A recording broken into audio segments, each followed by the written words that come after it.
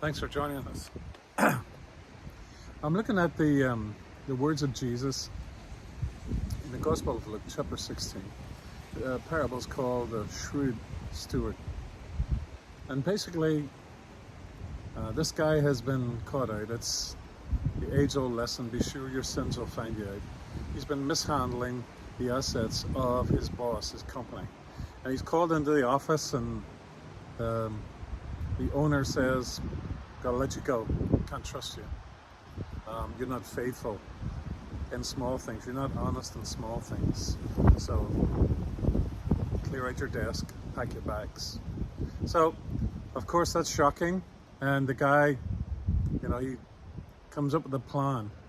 I know what I'm gonna do. So he's gonna forgive some people's debts.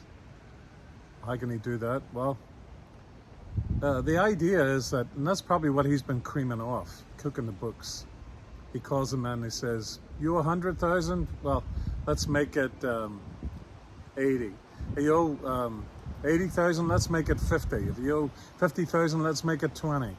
And they sign off on their own debt. And he's thinking, I can't do labor, physical labor work anymore. I'm not capable. I'm not going to beg. And so I'll make friends, basically. That's what Jesus is saying. He uses his money to make friends.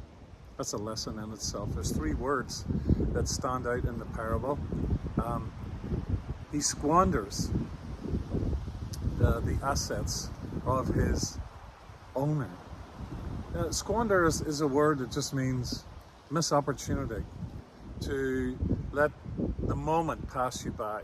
And why is that? Probably because he's thinking about himself. He's squandering the things that he'd been given or put in charge of, and he can't be trusted anymore. Jesus then calls him shrewd, and later Jesus is going to send out his disciples to say, be shrewd as a serpent and gentle as a dove. Be wise, be worldly wise, be discerning, understand what's going on, understand that you can't take your wealth with you, understand that it's to be not stored up, but to be sure, to be generous, to make friends. And the last thing is about servant, being a servant. Who do you serve, really? So he's serving himself. He's trying to gather his nest egg, his retirement fund, or whatever it may be. Instead of realizing what you've been given, you have to be faithful. And one of the ways to do that is to be faithful in little things, small things, to be generous, to care about other people, give somebody a helping hand. And Jesus summarizes it by saying, you cannot love God and money. You'll love the one and hate the other. You'll be devoted to one and despise the other. That's always a choice today. And too many times, I hear people saying, church is a business, church is about money. We got to get this right. We got to be devoted to God. We got to love God,